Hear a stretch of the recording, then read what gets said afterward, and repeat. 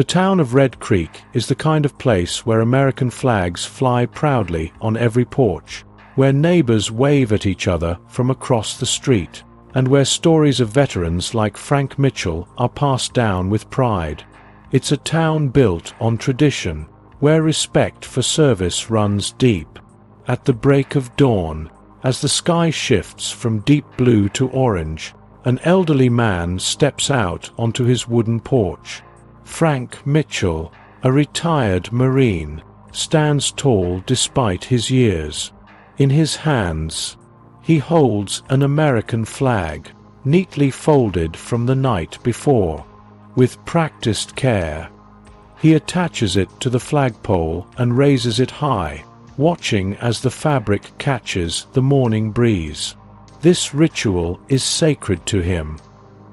He's done it every morning since returning from service, a reminder of the sacrifices made by those who never came home. The people of Red Creek know this, and many admire Frank for his quiet resilience. But not everyone in town shares that sentiment. Down the street, a group of bikers roars past, their engines disrupting the town's peaceful morning. They don't stop to appreciate tradition. To them, the flag is just another relic of the past. One of them, their leader Jaxon Briggs, slows his bike slightly as he spots Frank. His lips curl into a smirk, an idea forming in his mind down the street. The steady rumble of motorcycles shatters the quiet morning. A group of bikers roars past, their engines disrupting the town's peaceful routine. Storefront windows rattle, birds scatter from the power lines, and an elderly woman at the bakery shakes her head in disapproval. But the bikers don't care. They don't stop to appreciate tradition.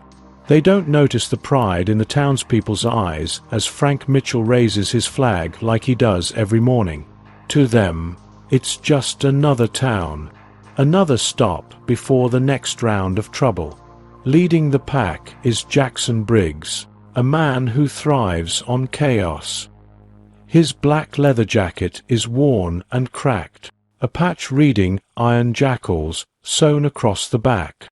His bike, a matte black Harley, rumbles beneath him, powerful and untamed, much like the man himself. His eyes scan the quiet street, searching for something, anything, to entertain him. Then he spots Frank. The old man stands tall, his posture rigid, his hands steady as he secures the flagpole. Even from a distance, there's something different about him, something unshakable. Jackson's lips curl into a smirk. He slows his bike slightly, letting the others pass him. His gaze fixed on the flag waving proudly in the breeze. A relic of the past, he thinks. Just like the old man raising it, an idea begins to form in his mind. A stupid, reckless idea, the kind he lives for. He revs his engine, pulling up closer to Frank's property, his voice dripping with mockery. "Hey, old man, you still livin' in the past?" Frank doesn't respond. He doesn't even turn to acknowledge Jaxon. Instead, he finishes what he's doing, his movements precise and practiced. That silence only fuels Jackson's amusement. He leans forward on his handlebars, glancing at the flag again, then back at Frank. What's the point? Huh? Nobody cares about that rag anymore. This time, Frank moves. Slowly, deliberately. He turns, locking eyes with Jaxon, his gaze cold, unreadable. The kind of look that makes men uneasy. For a split second, Jaxon feels it. That weight in the air. That sense that maybe, just maybe, he's poking a bear he shouldn't. But the moment passes, and Jaxon laughs, shaking off the feeling. You keep raising that thing like it means something." He sneers. "Maybe it's time someone puts it to rest." Frank takes a slow step forward. His voice, when he speaks, is calm, even. "Don't touch my flag." The warning is simple, but something about the way he says it, how steady, how sure, makes even the other bikers shift uncomfortably. Jaxon grins, but there's an edge of something else in his expression now. "Relax, old man," he says, lifting his hands in mock surrender. "Ain't nobody done anything yet." Then, with a final chuckle, he revs his engine and speeds off, kicking up dust in his wake. His gang follows, roaring down the road, their laughter fading into the distance. Frank watches them go, his face unreadable, because he knows what men like Jaxon are, and he knows they'll be back. Frank Mitchell has lived a long life, most of it spent in service to his country. He joined the Marines at 18, served in conflicts most people only read about, and saw things he never speaks of. After his service, he built this house with his own hands, choosing a quiet life away from the noise of the world. Though age has slowed him down, Frank still carries himself with discipline. His daily routine is precise. Wake up at dawn, raise the flag, take his morning walk, and enjoy a cup of coffee on his porch. He doesn't seek attention, doesn't boast about his past, and never asks for recognition. Most people in town respect Frank, offering him a nod or a kind word. Some, especially the younger generation, ignore him, seeing him as just another old man. But Frank doesn't mind. He's not here for recognition. He's here because this town, this home, is his peace. What the people of Red Creek don't know is that Frank Mitchell's past holds secrets. He wasn't just a Marine. He was among the best. His skills, his training, the things he did in service to his country, those are things he left behind. Or at least, he thought he did. Jaxon Briggs is the kind of man who thrives on chaos. He and his gang of bikers ride through town like they own it, drinking too much, picking fights, and making trouble wherever they go. They have no respect for rules or tradition. Jaxon himself is a man with a chip on his shoulder. He grew up hating authority, despising anything that symbolized order. The American flag, to him, is just another outdated symbol of control. He sees people like Frank as relics, men who hold on to values that mean nothing in his world. So when Jaxon spots the old veteran raising his flag that morning, an idea sparks in his mind. To him, Frank isn't a man to be respected. He's a man to be tested. His gang watches as he slows his bike. "Look at that," Jaxon sneers, nodding toward Frank's flag. Old man still thinks this means something. His men chuckle, their laughter filled with arrogance.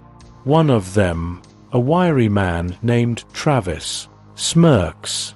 "Bet he'd have a heart attack if someone took it down." Jaxon grins.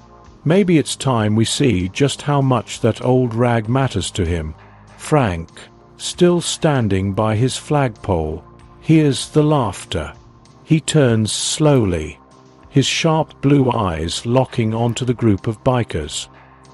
He's seen men like them before, loud, reckless, full of false bravado. Jaxon leans against his bike, arms crossed. "That flag, old man, it's just a piece of cloth, a rag from the past." Frank says nothing at first, just studies Jaxon with a calm, unwavering gaze. Then, in a voice steady as steel, he replies, It means more than you'll ever understand. The gang snickers, but Jaxon steps closer. You really think this country did anything for you? He scoffs. Wasted your life fighting wars that didn't matter. And for what? A flag. Frank's jaw tightens, but his voice remains even. You don't have to understand it, but you will respect it. Jaxon laughs. Or what? What's an old man like you gonna do? A long pause. The air feels heavier, charged with something unseen. Then Frank speaks again, quieter this time. Don't touch my flag. Jaxon smirks, but there's something in Frank's tone that gives him pause. Still, he plays it off. Relax, old man. We'll be back. Frank watches as the gang revs their engines and rides away, their laughter lingering in the air. He exhales slowly, eyes still locked on the road where they disappeared. He knows men like Jaxon, and he knows this isn't over. The town of Red Creek sleeps under a blanket of darkness, the streets silent except for the occasional flickering street lamp. But out on the main road, the roar of motorcycles shatters the peace. Jaxon Briggs and his gang, drunk, reckless, and looking for trouble, return like a pack of wolves, their laughter echoing through the empty streets. Jaxon pulls up in front of Frank Mitchell's house, his bloodshot eyes narrowing as he stares at the flagpole. The flag, standing tall and proud even in the dead of night, makes his smirk widen. He slides off his bike, staggering slightly. You see that? Jaxon slurs, pointing. Still standing. Like the old fool actually thinks it means something. Travis, his wiry right-hand man, chuckles. Bet he'd cry if it disappeared. Jaxon grips the flag and yanks it down with one violent pull, tearing it from its rightful place. The gang erupts in laughter as Jaxon tosses it onto the dirt road. Someone flicks a lighter open, the small flame dancing in the night. Let's make a statement, Jaxon sneers. Within seconds, the flag ignites, flames licking hungrily at the fabric. The gang watches as the fire consumes it, the symbol of sacrifice and honor reduced to nothing but embers. They cheer, clinking beer bottles together in celebration. But what they don't realize, from the shadows of his porch, Frank Mitchell watches. He stands completely still, his face unreadable. Not a single muscle twitches, not a single word escapes his lips. His sharp eyes absorb everything, their faces, their movements, their careless laughter. He doesn't move. He doesn't react. He just watches. The flames die out, leaving only ashes where the flag once stood. The gang, bored with their little act of defiance, hops back onto their bikes, their engines roaring as they speed off into the night. Frank remains motionless for a long moment, his gaze fixed on the smoldering remains. Then, with an eerie calmness, he turns around and walks back inside. No anger, no shouting, just quiet, measured steps. Inside his house, Frank moves with the same deliberate stillness. He steps into a dimly lit room, one that hasn't been touched in years. The air smells of old wood and memories. He reaches for an old, dust-covered rotary phone sitting on a small table. His fingers hover over the dial for just a second before he picks it up and starts dialing a number, one he hasn't called in a long time. The line rings once, twice. Then a voice answers, gruff, deep, and alert. Who is this? Frank's reply is calm, deliberate. We have a problem. A pause. Then, they don't know what they've done. Silence on the other end. Then the voice responds, low and deadly. I'm listening. Frank leans back in his chair, his grip tightening on the phone. His eyes, once weary, now gleam with something dangerous. The past, it seems, isn't done with him yet. Who is Frank calling? An old friend? A former commanding officer? A unit that was once thought to be disbanded? The only thing certain is that this is no ordinary favor he's asking for. The voice on the other end chuckles, but there's no humor in it. Didn't think I'd ever hear from you again, Mitchell. Thought you were done. Frank's response is quiet but firm. So did I. Another pause. Then the voice asks, You need me? Frank stares at the ashes outside his window. His fingers tighten around the phone.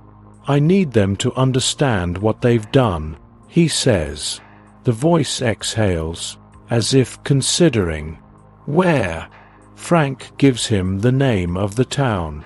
Another long silence follows, then a simple response. I'll be there.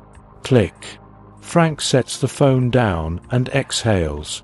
Outside, the wind carries the last remnants of the burned flag away. Somewhere in the distance, Jaxon and his gang sleep soundly, unaware that they've set something in motion that can't be undone. Morning comes, and with it, the town of Red Creek wakes to shocking news. Someone, likely a passerby or an early riser, noticed the charred remains of Frank's flag and spread the word. By mid-morning, it's the talk of the town. People gather in hushed circles outside the diner, shaking their heads in disbelief. Sheriff Hank Lawson hears about it within the hour. A tall, grizzled man who's seen his fair share of trouble. Hank doesn't take kindly to this kind of disrespect. He marches straight to the local bar, where he finds Jaxon and his crew nursing their hangovers. The sheriff doesn't waste time. He plants his boots firmly in front of Jackson's table, arms crossed. I heard what you did, he says, his voice low and dangerous. Jaxon, barely looking up, smirks. Oh yeah, and Hank's jaw tightens. You messed with the wrong man. The bar goes quiet. A few patrons shift uneasily in their seats. Jaxon leans back in his chair, completely unfazed. He's just an old man, Sheriff, he says lazily. What's he gonna do? Write me a strongly worded letter. Hank sighs, rubbing his temple. You think this is funny? Frank Mitchell isn't just some old man. You have any idea who you just pissed off? Jaxon shrugs. He's nobody. Hank stares at him for a long moment, then shakes his head. You're dumber than I thought. With that, the sheriff turns and walks away, but his final words linger in the air like a storm cloud. You'd better pray, Jaxon, because when Frank decides to settle a score, there ain't a soul in this town that can save you. Jaxon scoffs, waving him off. But deep down, a seed of doubt has been planted, because for the first time, he wonders, who the hell is Frank Mitchell? Jaxon wakes up to the sharp sting of sunlight filtering through the motel's dusty curtains. His head pounds from the previous night's whiskey-fueled antics, and the stale air does little to ease the nausea rolling in his gut. He groans, rubbing his temples, before reaching for his phone. That's when he notices something strange. Silence. Normally, at this hour, the guys would be outside, revving their bikes and cursing about hangovers. But today, not a single sound. A flicker of unease worms its way into Jackson's gut as he stumbles toward the window.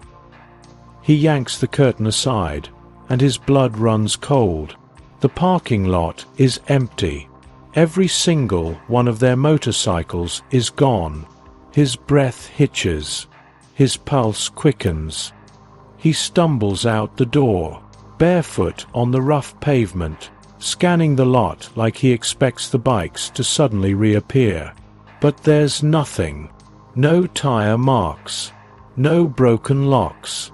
Just a lone piece of paper, taped to the motel's front door, fluttering slightly in the morning breeze. Jaxon rips it off, his hands trembling as he reads the words, scrawled in bold, precise handwriting, "Leave town. This is your only warning." For a long moment, he just stares at the note, the words sinking in. His jaw clenches, and a cold sweat prickles at the back of his neck. A joke. This has to be a joke, right? Behind him, Travis and the others start filing out of their rooms, stretching and yawning, until they, too, realize something is very, very wrong. "Where the hell are our bikes?" Travis blurts out. Jaxon crushes the note in his fist, his jaw tight. Someone's messing with us. But deep down, a whisper of doubt lingers. Because who the hell could have stolen all their bikes without making a sound? Miles away, hidden in the dense tree line just beyond the town limits, a group of men watches the scene unfold through binoculars. They are not ordinary men. These are the warriors that time forgot. The ones who never needed the limelight, who walked away from war but never let their skills rust. These are Frank Mitchell's old unit, his brothers in arms. Each of them carries a debt to Frank, one they've been waiting to repay. And now is the time. One of them, a grizzled man with a jagged scar running down his cheek, lowers his binoculars and smirks. They're panicking. Another, stocky with a buzz cut, chuckles. Took their rides without waking a single one of them. Just like old times. At the center of the group stands Frank. Unlike his men, he isn't smiling. His sharp eyes remain fixed on Jaxon and his crew, watching their every movement with the cold precision of a hunter tracking prey. They're not taking the warning seriously, Frank says, his voice low. The man with the scar nods. Then we move to phase 2. Frank's expression hardens. We move to phase 2. Jaxon storms back into the motel, slamming his fist against the wall in frustration. "This is bullsh*t, he growls. "Somebody stole our bikes, and I want to know who." Travis, clearly spooked, runs a hand through his greasy hair. "Maybe it's that old man. Frank." Jaxon scoffs. "Frank, you think some washed-up veteran took out all of our bikes by himself? Don't be stupid." But the unease in his voice betrays him. Then, one of the other outlaws, Cooper, realizes something. "Hey, where's Benny?" The group turns. Benny was with them last night. But now he's gone. Probably sleeping it off. Jaxon mutters, but even he doesn't believe it. One by one, the outlaws start disappearing. At first, they think it's just bad luck. Someone leaves to grab a drink, doesn't come back. Another guy steps outside to make a call, vanishes. No signs of struggle. No screams. No bodies. Just gone. Jaxon's cocky smirk fades. By nightfall, only Jaxon and Travis remain. They barricade themselves inside the motel room, armed with whatever they could find. Knives, a baseball bat, Even a rusted old revolver Jaxon keeps in his bag. But the silence outside is deafening. Then, a knock. Slow. Deliberate. Jaxon's breath catches. He exchanges a nervous glance with Travis, who grips the bat so tightly his knuckles turn white. Another knock. Then a voice. Low. Calm. Familiar. Open the door. Jaxon. Frank. Jaxon swallows hard, his bravado cracking. I know what you're thinking, Frank continues from the other side. You're thinking you can fight your way out of this. A pause. But you can't. Jaxon grips the revolver and inches toward the door. You took my flag, Frank says. You thought you could burn my pride and walk away. Another pause. You were wrong. Jaxon takes a deep breath, trying to steady his shaking hands. He gestures for Travis to move toward the window, an escape plan forming in his mind. But then, boom, the motel door bursts open with one powerful kick, the force knocking Jaxon backward. Before he can react, hands grab him, strong, calloused hands, belonging to men who know exactly how to subdue someone without killing them. Travis tries to swing the bat, but a swift, precise strike sends him crumpling to the floor. Jaxon struggles, but it's useless. He's outmatched, outnumbered, and standing over him, face shadowed under the dim motel light, is Frank Mitchell. You should have left when I gave you the chance, Frank says, voice cold. Jaxon glares up at him, breathing heavily. You gonna kill me? He spits. Frank studies him for a long moment. Then he crouches down, leveling their gazes. No, he says simply, because that would be easy. He nods to his men. They yank Jaxon to his feet and drag him toward the door. Where are you taking me? Jaxon demands, his voice cracking for the first time. Frank doesn't answer, but as they haul him outside, past the silent streets of Red Creek, Jaxon realizes he should have listened. Jaxon's face is swollen. His ribs ache with every breath, and his pride is in tatters. But even now, humiliated, outmatched, and abandoned by half his crew, he refuses to back down. This town was supposed to be easy, a simple stopover, a place to flex some muscle, have some fun, and remind people who really ran things. But now he's staring down a war he never saw coming. As he paces in what's left of the motel room, Travis groans from the floor, barely conscious. The others who managed to slip away earlier in the night have finally returned. What's left of them, anyway? 3 men. That's it. Benny, gone. Cooper, vanished. The others? They were probably long past the county line by now. Jaxon tightens his jaw. Fine.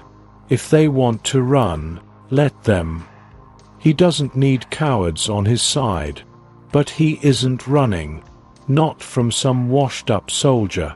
Not from some ghost of a man who thinks he can scare Jaxon Harris into backing down. Jaxon cracks his knuckles and turns to his remaining men. We finish this. Tonight. Travis wheezes, struggling to sit up. Jax, man. We don't stand a chance. That guy, he's not normal. Jaxon's eyes flash with fury. So what?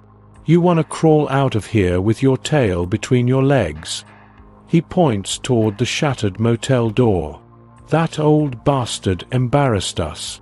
He stole our bikes, took out our guys, and made us look weak. His lips curl into a snarl. And nobody makes me look weak. The others exchange uneasy glances. But Jaxon doesn't care. He pulls out a hunting knife from his belt and spins it in his palm. We find him. We make sure he stays down this time. Outside, the night air is thick with tension as the last remnants of Jaxon's crew gather their weapons. A few rusty pipes, some switchblades, a crowbar. Nothing fancy, but enough to do damage. They move like shadows through the empty town, searching, waiting. But what they don't realize, they're the ones being hunted. Jaxon stops in the middle of Main Street, glancing around. The wind howls through the alleyways, rustling loose paper along the pavement. Something isn't right. It's too quiet. Where is he? One of his men mutters, gripping his pipe like a lifeline. And then, footsteps. Slow. Measured. Frank Mitchell steps out of the darkness. His presence like a storm rolling over the horizon. But this time, he isn't alone. His brothers in arms emerge from the shadows, flanking him on either side. Veterans who have seen things men like Jaxon could never comprehend. Warriors who don't need to threaten violence, because their very existence is a warning. Jaxon's bravado wavers, just for a second. But he grips his knife tighter, masking the fear crawling up his spine. Frank stops a few feet away, his gaze steady. Last chance. Jaxon. Jaxon laughs. But it's hollow. You don't scare me, old man. Frank tilts his head slightly. Then you're dumber than I thought. Jaxon lunges. But before his blade can even come close, Frank sidesteps. Swift, precise. Jaxon barely has time to register the movement before a knee slams into his gut, knocking the air from his lungs. The fight is over before it begins. His men don't fare any better. The veterans dismantle them with terrifying efficiency. No wasted movement, no unnecessary strikes. Within seconds, Jaxon is the last one left standing, or barely standing. He staggers back, blood dripping from his nose. Frank walks up to him slowly, his voice calm. You leave town tonight. Jaxon wipes his mouth, glaring. And if I don't? Frank doesn't answer. Instead, he simply steps aside, revealing something behind him. Jaxon's motorcycles. All of them, lined up neatly along the road. But something is off. The tires are slashed. The fuel tanks are empty. The engines? Who knows if they even work anymore? Jaxon stares. Frank leans in close. If I ever see you again, he says, voice like steel, there won't be a warning. Jaxon's breath hitches. For the first time in his miserable, reckless life, he knows what it feels like to be prey. Without another word, he stumbles backward, grabs Travis by the collar, and makes a choice he never thought he'd make. He runs. The next morning, the town awakens to a rare sight. The outlaws are gone, not just from the motel, but from everywhere. No revving motorcycles, no drunken shouting, no threats, just peace. Word spreads fast. People start coming out of their homes, stepping onto their porches, whispering among themselves. Did it really happen?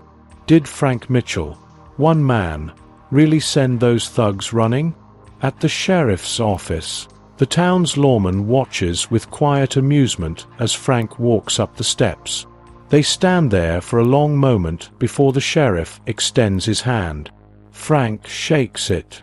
No words need to be exchanged. Everyone in Red Creek knows what happened last night. And more importantly, they know who really protects this town. Later that afternoon, something else happens. Something unexpected. A group of townspeople, shop owners, farmers, teachers, mechanics, gather outside Frank's house. They bring supplies, offering to repair what the outlaws broke. They bring food, as a quiet thank you. But most importantly, they bring a flag. A brand new American flag, carefully folded, ready to be raised where the old one once stood. Frank watches as they work together, setting the pole upright, securing the rope. And then, the flag unfurls. The stars and stripes catch the wind, rippling proudly against the backdrop of a town that finally understands what honor looks like. A quiet respect settles over the crowd as they watch the flag wave. Frank exhales, his hands in his pockets, watching. And as he stands there, surrounded by the people he once thought had forgotten him, a thought crosses his mind. Some men don't need to raise their fists to win a fight. Sometimes, all it takes is one phone call. Jaxon Harris has never felt fear like this before. As his truck barrels down the empty highway, he grips the steering wheel so tight his knuckles turn white. Travis sits in the passenger seat, barely conscious, groaning with every pothole they hit. The last of his men are crammed in the back, silent, too ashamed to speak, too shaken to argue. Red Creek is far behind them now, but the weight of what happened still lingers. Jackson's jaw clenches as he stares at the road ahead. Humiliation, defeat, two things he swore he'd never experience. And yet, here he is, running like a coward from a fight he thought he could win. A part of him burns with hatred, a thirst for revenge. Maybe one day, he tells himself, maybe one day, he'll rebuild his crew, return with twice the numbers, even the score. But then, he remembers them, the veterans who came out of the shadows, the ones who watched him all night, waiting for him to make the wrong move, the ones who took his crew apart like it was child's play. Frank Mitchell wasn't just some old soldier. He was a reminder of the kind of men Jaxon had spent his whole life pretending to be. A shiver crawls down his spine. Maybe it's time to rethink some things. Or maybe it's time to pick a new town. Back in Red Creek, life slowly returns to normal. The diner opens its doors early the next morning. The grocery store restocks its shelves. The sun rises over the town square, casting light on a place that, for the first time in a long time, feels safe. And at the heart of it all, Frank Mitchell. The flag in front of his home flutters proudly in the wind, a gift from the people he once thought had forgotten him. But they didn't forget. They just needed a reminder of what true honor looks like. The sheriff makes a point to check in on him, but Frank waves him off with a gruff chuckle. "I didn't do anything special," he says. But the town disagrees. A week later, a plaque appears beneath the flagpole, engraved with words that ensure no one ever forgets. To those who served, protected, and never asked for thanks, this town remembers. Frank reads it once, says nothing, just gives a small nod, then turns and walks back inside. Because for men like him, the fight was never about recognition. It was about doing what's right. And for anyone watching, there's a lesson to be learned. Honor those who served. Stand up for what's right. And never underestimate the quiet ones,